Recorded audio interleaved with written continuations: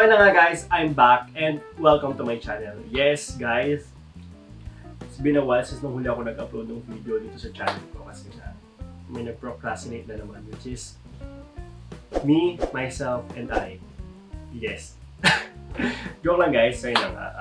Sobrang busy ko lang for the past couple of months kasi I decided last September na mag-renovate ng room. But it turns out na matatagalan pala ako and ayun na nga, right up until now, hindi pa rin ako tapos. But anyway guys, soon yan, maybe my next upload, tapos na ako. But for today's video guys, kita naman siguro sa title ko ano yung gagawin natin, which is mag-unbox tayo and review na rin at the same time. Review? Tama ba? Or parang DIY? Cooking show? Hindi ko sure. Anyway guys, yun na nga, start na tayo. Ang gagawin nating unboxing and review is itong Big Coffee & Co. Be Your Barista. Ayan. Ito ba guys? Oh wait, kalimutan ko i-turn on yung camera dito sa isang side. Okay, ayan guys, kita ba? Ayan, we do have yung the machine itself. Ayan. And also guys, pag bumili nga pala kayo nito sa kanilang official store, sa either sa Lazada or Shopee, meron siyang kasamang isang frother and itong discovery kit. Ayan, included na yung parang 4 variant ng coffee nila, which is tatlo lang yung nakuha ko, which is ang wala ako yung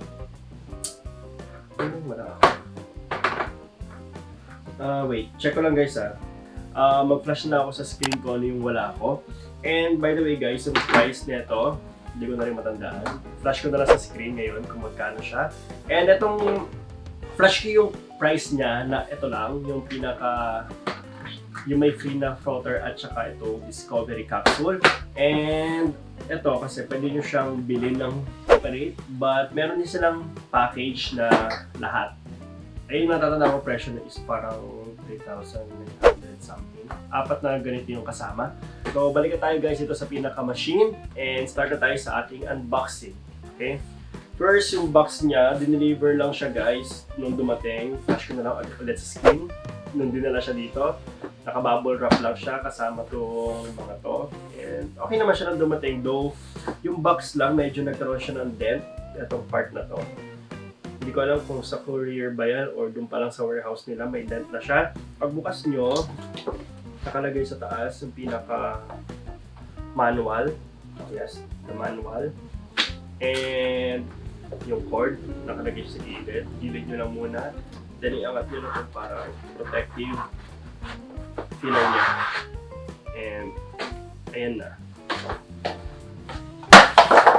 And yung kulay na kinuha ko guys is yung variant na orange and black. Ayan. Sobrang liit niya.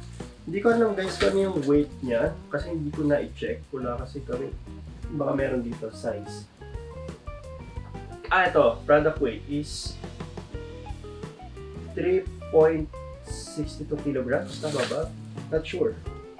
Ayan. Nakasulat pala sa gilid guys yung ayan. Yung variant nakalagay sa gilid. Hindi ko wala po agad yung box. May nakalagay ko pa. Nakalimutan ko. Ito yung kanyang drain bin. Ayan. And that's it. Na lang nakalagay sa box. Ayan. Ingat lang tayo guys.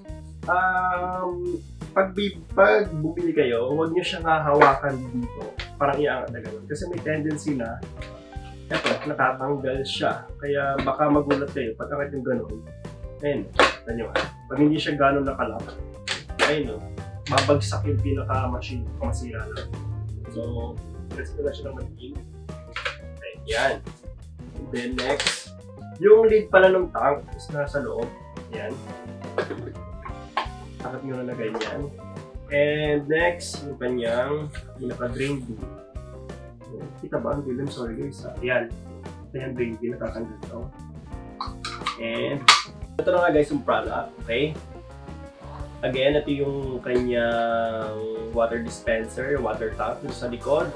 And sa harapan, yung kanyang waste bin or yung drip bin. Drip bin? Drip bin. Okay. Ito yung kanyang drip beam. And natatagal nyo sa taas para pwede nyo linisin. And pag tinilagay nyo siya, pwede nyo hatakin. And yan, lalabas yung kanyang waste beam ng capsule. Capsule waste beam sa ilalim. Yan. Click lang natin siya. Reason for that guys, na natatanggal siya. Siyempre, pwede nyo linisin. And also, pag mataas yung glass ninyo, pwede nyo, pwede siya tagalin and magkakasya siya dito sa harapan ng ating coffee machine. Okay, next, sa taas kung saan nilalagay yung pinaka-capsule. Ayan. Ayan. Ito ba? Ayan. Kung saan nilalagay yung capsule dito sa... Ayun yung nga ba sinasabi ko. Ingatan lang. Tagalin ko nga muna lahat.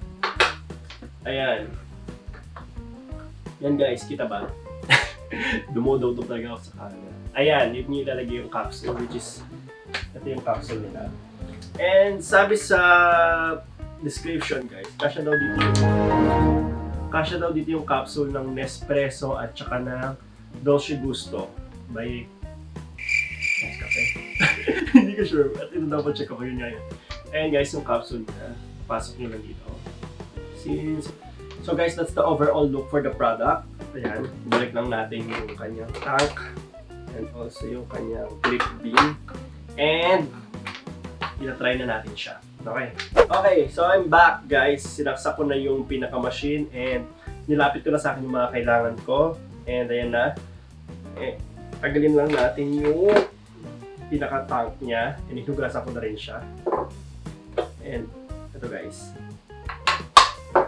Lagyan na natin siya ng water. By the way guys, walang fill line na itong tank niya. And sabi doon sa manual, lagyan lang daw ng 80 to 90% yung tank ng water. Okay. Then, sorry.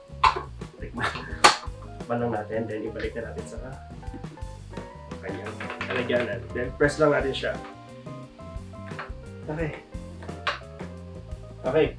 Then, bago nyo siya gamitin guys, make sure na pag bagong bili siya, i-press nyo muna to, yung capacity touch dito sa likod para lang malinis or mag-flow lang yung water or para mag-start muna yung heating niya or mag-preheat yung ating machine.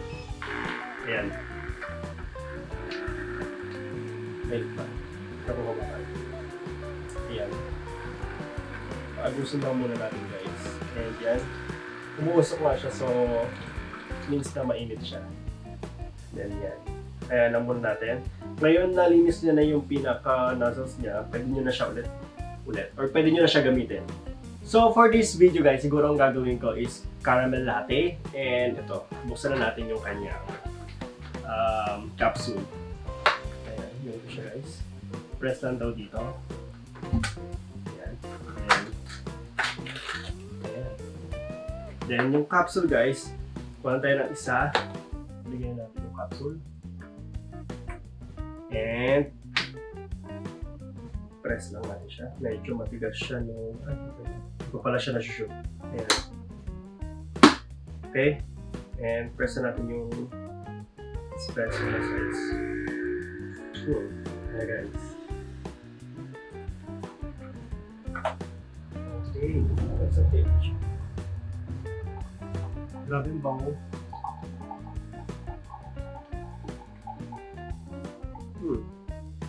And now guys, ito na yung exciting part. Assemble na natin yung ating coffee. And first, meron tayo dito yung ating milk na 3/4 cup. Tama ba? Pero feeling ko hindi ko magagamit na. Lagyan ko lang siya ng konting simple syrup, mga 10 ml siguro. Ang dami ng 15 ml. But depende sa inyo guys kung gaano katamis gusto nyo. Konting-konti lang. Ayan. And ito ating hazelnut. Oops, ay bumukas. Okay. Konti lang din. Yeah, eyeball ko na lang guys kasi hindi ko nakuha ng measuring spoon. Yan. Okay. And yung mix natin siya natin cover.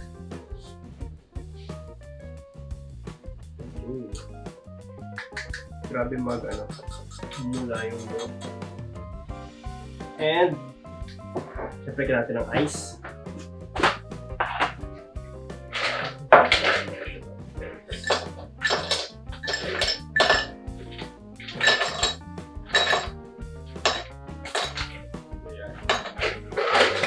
And ibuhusan natin yung ating coffee.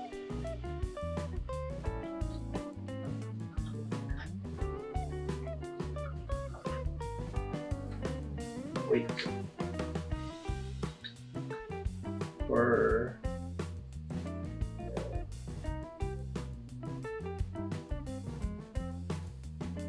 then yung pinaka-foam yung sa taas.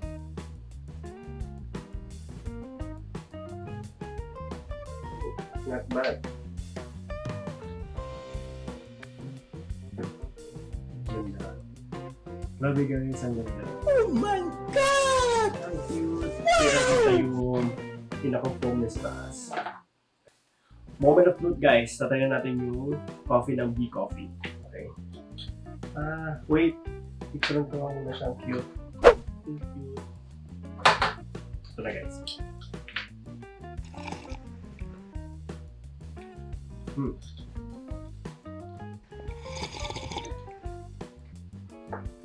May nakalimutan ako.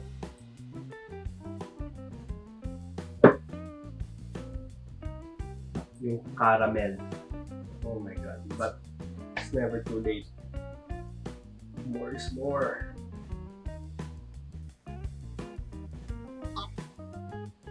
Super grizzle talaga guys. Kaya pala may inisip ko, super parang kulang.